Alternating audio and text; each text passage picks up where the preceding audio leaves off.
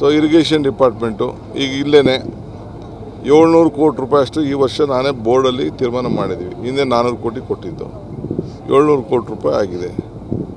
ಸುಮಾರು 3000 ಕೋಟಿ ರೂಪಾಯಿ ಅಷ್ಟು ಕಾವೇರಿ ನೀರು ಇನ್ನೂ ಹೊಸ ಡ್ಯಾಮ್ ಕಟ್ಟಿದ್ರು ಕೂಡ ಅವ್ರಿಗೂ ಅಷ್ಟೇ ಕೊಟ್ಟಿದ್ದೀವಿ, KBJNLಗೂ ಅಷ್ಟೇ ಕೊಟ್ಟಿದ್ದೀವಿ, ಹೆಚ್ಚು ಕಮ್ಮಿ. ಸೊ ಅದೇನು ತಪ್ಪ ಅದು. ಸೊ ಒಳ್ಳೆ ಬೆಂಗಳೂರು ನಗರಕ್ಕೆ ಹೆಚ್ಚಿಗೆ ತೆರಿಗೆ ಕೊಡ್ತಾಯಿದ್ದಾರೆ, ಅಲ್ಲಿಂದ ಹಳ್ಳಿಗೆ ಹಂಚ್ತಾ ಇದ್ದೀವಿ.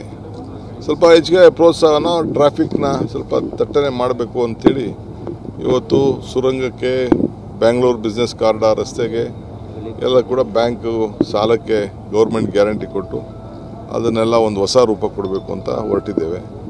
ಕಾವೇರಿ ನೀರು, ಕುಡಿಯೋ ನೀರಿಗೆ ಇರ್ಬೋದು, ಎಲ್ಲದಕ್ಕೂ ಕೂಡ ತ್ಯಾಜ್ಯ, ಹೊಸ ರೋಡು 300 ಕಿಲೋಮೀಟ್ರ್ ಹೊಸ ರೋಡೇ ಮಾಡ್ತೀವಿ, 100 ಚಿಲ್ಲರೆ ಕಿಲೋಮೀಟ್ರ್ ಫ್ಲೈಓವರೇ ಮಾಡ್ತೀವಿ, 40 ಕಿಲೋಮೀಟ್ರ್ ಡಬಲ್ ಡೆಕ್ಕರೇ ಮಾಡ್ತೀವಿ. ಇದು ಅವ್ರ ಕಾಲದಲ್ಲಿ ಇಂಥ ಕೆಲಸ, ಇಂಥ ತೀರ್ಮಾನ ಮಾಡೋಕ್ಕಾಗಿರಲಿಲ್ಲ. ಆ ದೃಷ್ಟಿಯಿಂದ ಇವತ್ತು ಅವ್ರಿಗೆ ಹಸುವೆ ಬಂದಿದೆ, ತಡ್ಕೊಳಕ್ಕಾಗ್ತಾಯಿಲ್ಲ, ಹಸುವಿಗೆ ಮದ್ದಿಲ್ಲ.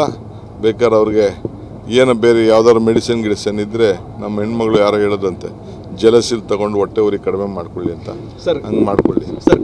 ಖರ್ಗೆ ಅವರು ಸರ್ ಬಜೆಟ್ನವ್ರು ಕೂಡ ಭಾಳಷ್ಟು ಹೊಗಳಿದ್ದಾರೆ, ಜೊತೆಗೆ ನೀತಿ ಪಾಠ ಕೂಡ ಹೇಳಿದ್ದಾರೆ ಸರ್ ತಮಗೆ ಮತ್ತು CM ಅವರು.